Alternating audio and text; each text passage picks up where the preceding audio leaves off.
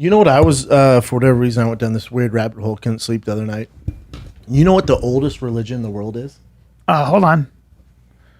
The oldest religion in the world may very well be Hinduism. Yeah. I knew you would know. Hinduism. It's the oldest. The Upanishads. Yeah. Oldest. Also has 10,000 years old. For some reason, I figured it'd be, and I didn't, when it comes to religion, I'm a moron, but Islamic's the newest. Yes. I thought Islam, because I thought Islam would be the oldest because of the Middle East and like Islam came after there was Judaism, then there was the New Testament, and then Islam came. So Islam actually looks at the Old Testament, which is fascinating because how the Muslims and the Jews have trouble. Yes. Islam believes that the Old Testament is all true. Yes. It doesn't say that the Old Testament is the truth. And then Islam's kind of a rebuttal to the New Testament because Jesus said he was God. And that they believe Jesus was a prophet, but when you say Jesus is God, it's considered heretical. It's considered against God. And then I started looking at Hinduism because the oldest religion, and when you look at it, like that makes sense. Like you read, like they believe in, it just when you read about Hinduism, you're like, I can definitely see reincarnation and stuff like that. And like there's more than one God, and there's this for this reason, and you being a good person. The problem with having a polytheistic religion like that, we have a lot more gods. Yeah. And the difference between that and say having a monotheism, like Christianity. So one God. So when you have one God, everybody's brothers and sisters. Everybody's equal because we're all in the same family. No teams. Right. If you have a lot of gods, what happens in Hinduism is you get a caste system. But you get people that are close, the Brahmins. Correct. But then that's where Buddhism comes from, right? Because they don't have a caste system. Buddhism does not have a caste system, but Buddhism does have the idea that you have rebirths. Yes. It's nice. You're reborn into a lucky body. Yes. A higher birth and a lower birth. So that's what they'll tell you. And the same thing in remember. So the Buddha was initially, essentially, you could probably say a Hindu. He was Indian. He was an Indian prince. He'd have to be, right? Yeah, he was an Indian prince. Yes. So he then went on to kind of create his own idea of being one with God. When you meditate to ascend, you reach enlightenment, which means you're one with God. To say that you're one with God as a Christian is heretical. You would get burned the biggest religion on the planet? Has the most followers? It might be Islam, but it might be. I thought it was Islam too. It might be Christianity. It's Christianity. Yeah, Christianity. And in 2050, you know who's going to be by far the biggest? Who? Christianity. But did you know that amongst males, I think it's 30 and under, over 50% don't believe in a God. Yeah. Atheist.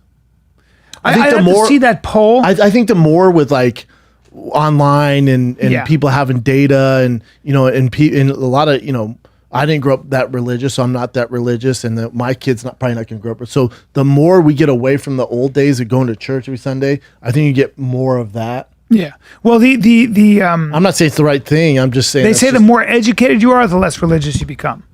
But I don't think that the two are diametrically opposed. I think you can be very religious and you can also be very educated. Isaac Newton, the father of physics, knew more about science than anybody and math and was a genius. He was very religious.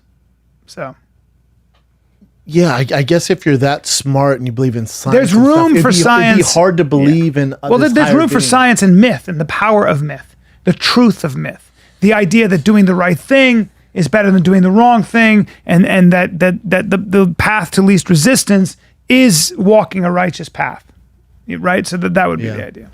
Because if you believe in like neurons and this stuff started there, and then they go, well, who created the neurons? It's like, well.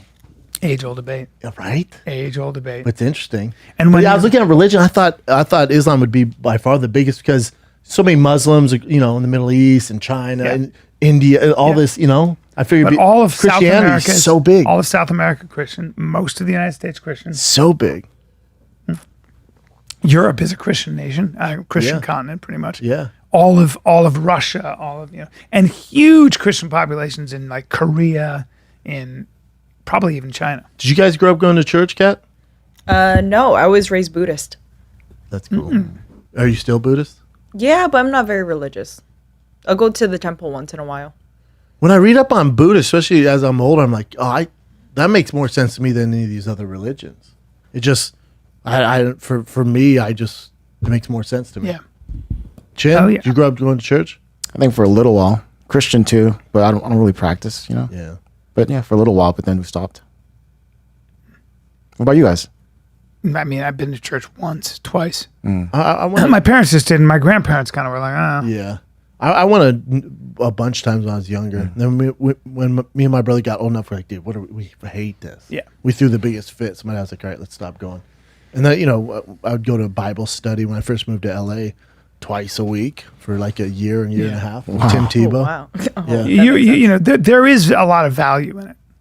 People think there's no value. No, there's in any value. religion, whatever you are, there's good value and there's good lessons, there's good takeaways. If you take it, you know, word for word, and I think if you overanalyze, you're like, what are you talking about, man? But the overall messages and anything you believe are good. You can take good from it. I learned stuff from it. I don't believe in it, but there's good messages, and you know, it makes you analyze. Well, there's a difference in taking it literally and taking it symbolically. Yeah.